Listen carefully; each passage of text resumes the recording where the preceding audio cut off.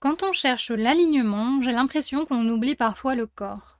Il a un rôle important, mais il est tellement affublé de normes, de complexes et associé à l'esthétique qu'on en oublie qu'il fait partie du travail intérieur. Être bien dans son corps, ce n'est pas simplement se sentir bien dans sa peau.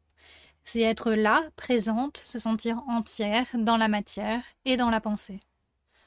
Jusqu'à maintenant, je t'ai parlé surtout du mental, de l'impalpable.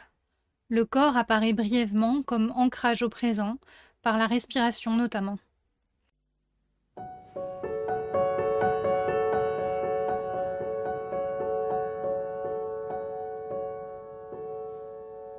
Quel rapport entretiens-tu avec ton corps?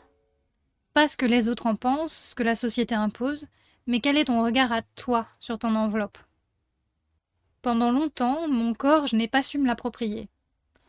Comme j'ai beaucoup été à côté de mes baskets, autant en prenant des rôles qui n'étaient pas les miens, qu'en essayant d'être ce que je ne suis pas, qu'en dissociant. C'était une image évidemment difforme, emplie de défauts. Des complexes qui ont été déposés par l'extérieur, qui ont transformé un fabuleux corps en un affreux problème. On oublie souvent la merveille qu'est le corps. Il est juste fabuleux. Complexe, fonctionnel, fort, résistant, capable et tellement utile. J'imagine que toi aussi tu te rends compte lorsque tu es blessé de combien tu utilises tes membres et combien c'est agréable d'être en pleine possession de ces attributs. C'est dommage qu'on l'oublie souvent, car quand on est en santé, on a tendance à le positionner comme un simple objet esthétique. Enveloppe pour s'exprimer avec des vêtements, du maquillage, des accessoires, et complètement occulté qu'il est surtout un organisme fabuleux, vivant et parlant. Tu me vois venir avec mes grands sabots? Le corps parle, il sait tellement plus rapidement que la conscience ce qui se joue à l'intérieur, c'est fou.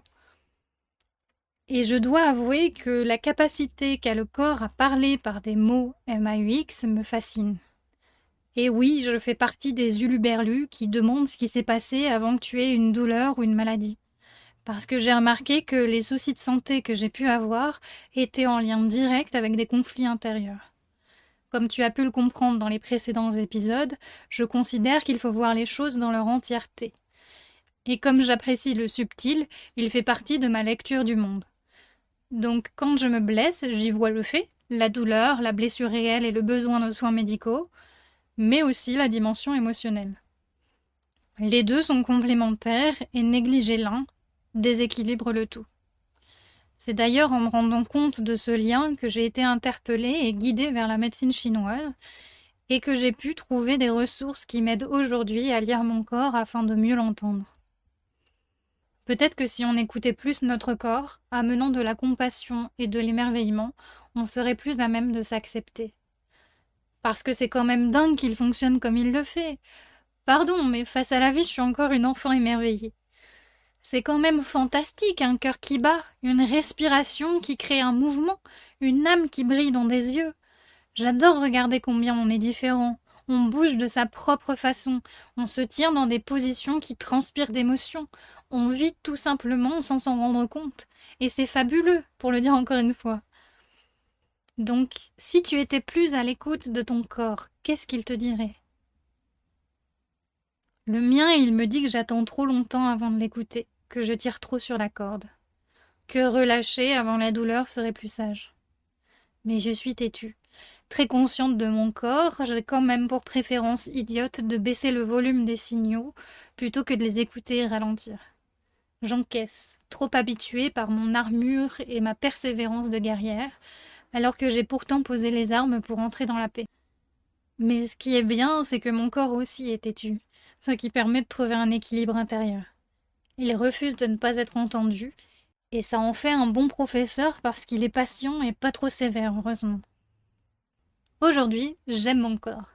Ça ne veut pas dire que je n'éprouve jamais d'inconfort à l'incarner et que je suis en extase devant le miroir. Mais le fait d'aimer et de connaître ma personne le rend bien plus agréable que lorsque j'étais dans une image fracturée. Plus je me découvre intérieurement, et prends du recul aussi, plus j'apprécie le reflet qui m'est renvoyé.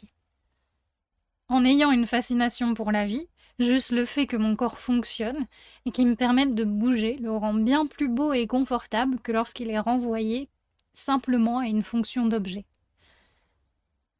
J'ai appris à ne pas le détester, à l'accepter. Même quand mon ventre gonfle, que mes cernes sont creusées, que les boutons apparaissent, que j'ai des douleurs.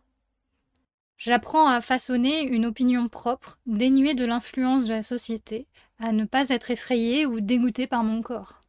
Chaque jour, mon regard est différent et j'approfondis ma façon d'habiter mon corps. C'est long, pas évident, mais la compassion fait des miracles. Le corps est la porte de l'ancrage. Tout passe par lui, et c'est par lui qu'on peut atterrir, ralentir, s'écouter, respirer. Respirer est ma manière de m'ancrer, le souffle pour redescendre dans la matière, dans la réalité. Inspirer pour revenir, expirer pour se stabiliser. La conscience du souffle pour reconnecter au corps, au toucher. Alors quand les pensées s'emballent, que la vie donne le tournis, ton corps est là, solide, un allié qui parle une autre langue, mais qui est présent.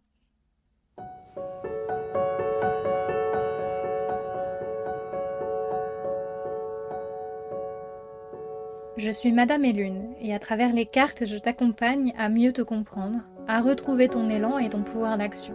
Avec ce podcast, j'ouvre le dialogue en partageant mon point de vue, avec l'intention de t'inspirer des pistes et des réflexions pour éclairer ton dialogue intérieur.